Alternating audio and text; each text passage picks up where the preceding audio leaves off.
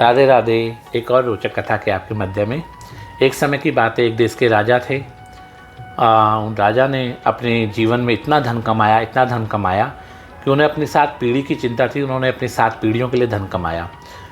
उन्होंने 7 पीढ़ी के लिए धन कमाया तो एक दिन राजा अपने शयन कक्ष में सोए थे और सोते सोते उन्हें ध्यान आया कि मैंने अपनी 7 पीढ़ी के लिए तो धन कमा दिया, परंतु मैंने जो 8वीं पीढ़ी है उस 8वीं पीढ़ी के लिए तो कुछ सोचा ही नहीं। 7 पीढ़ी तो मेरी खा लेगी, पर 8वीं पीढ़ी का क्या होगा। ऐसा मन में विचार करा तो उन्हें रात भर नींद नहीं आई, चिंता हो गई। और ऐसा सोचकर राजा प्रातःकाल एक अपने राज्य के संत महात्मा के आश्रम पर गए और उन्होंने वहाँ पर जाकर महात्मा जी से पूछा कि हे महात्मा जी, आप संत हैं, आप मुझे मार्ग बताइए। मैंने अपनी 7 पीढ़ियों के लिए तो धन कमा दिया, परंतु मेरी 8वीं पीढ़ी क्या खाएगी, उसको सोचकर मैं बहुत चिंतित हूँ और पूरी रात भर सो भी नहीं पाया हूँ। तो महात्मा जी उसके मन को जानकर, उसके भाव को जानकर मन ही मन हंसे और बोले कि राजा देखो, मैं तुम्हें एक उपाय बताता हूँ, बहुत साधारण सा उपाय है, उस उपाय को करो तो तुम्हारी 8वीं क्या तुम्हारी सारी पीढ़ियों के लिए धन एकत्रित हो जाएगा।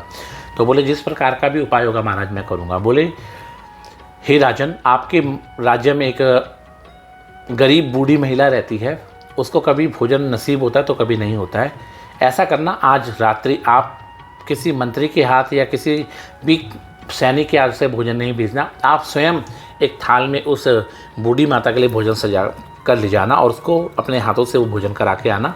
आप उस बूढ़ी माता को भोजन कराएंगे तो आपकी 8वीं क्या जितनी भी आने वाली पीढ़ी है सबके लिए आपका धन जुड़ जाएगा और आपका मन भी संतुष्ट हो जाएगा।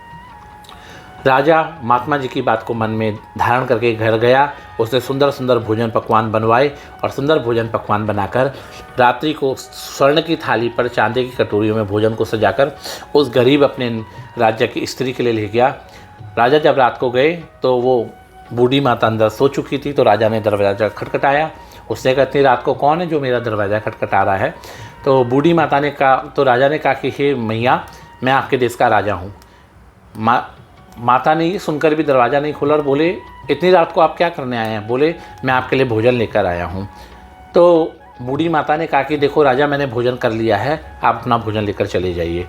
बोले मैया, कर लिया है तो ये बहुत बढ़िया पकवान है, मैं रानियों से तैयार करवा के लाया हूँ, आप इसे खा लीजिए, आप थोड़ा सा चख लीजिए। उसने कहा नहीं राजा, मैंने एक टाइम भोजन कर लिया है, मेरा पेट भर चुका है, अभी मुझे भोजन की आवश्यकता नहीं है, आप अपना भोजन लेकर चले जाइए और आप किसी और को दे दीजिए। राजा ने कहा ठीक है मैया, आपको नहीं करना तो मत कीजिए, पर इस भोजन को आप रख तो लीजिए, कल प्रातःकाल कर लेना, अगर आप अभी नहीं कर रही हो तो आपको प्रातःकाल इस भोजन को कर लेना। तो उस बूढ़ी माता का जवाब सुनकर राजा बहुत आश्चर्यचकित हो गए। राजा ने कहा, बूढ़ी माता ने कहा राजा, जिसने आज रात मुझे भोजन कराया है तो कल सुबह की व्यवस्था भी वही देखेगा, इसके लिए आपको चिंतित होने की ज़रूरत नहीं है। जिसने आज मुझे मेरा पेट भरकर सुलाया है वो कल मुझे पेट में कुछ ना कुछ अन्न की व्यवस्था भी वही करेगा।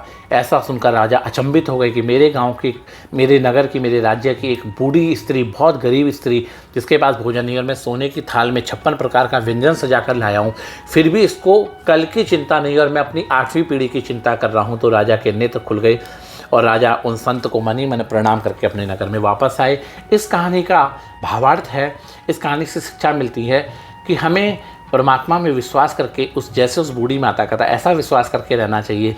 जिसने हमें भूखा सुलाया है वो कभी भूखा उठाएगा नहीं, और हमारे उस परम पिता परमात्मा को हमारे पल पल की चिंताएं रहती हैं, जैसे कि हमारे माता पिता हमारे हर वस्तुओं का, हमारी हर क्या चीज़ों की किस चीज़ों की हमें ज़रूरत है इसका ध्यान रखते हैं, ऐसे ही ये परम पिता परमात्मा हमारे पल पल का हमारा ध्यान रखते हैं। भगवान पे पूर्ण विश्वास रखें। जब हम भगवान पे पूर्ण विश्वास रखेंगे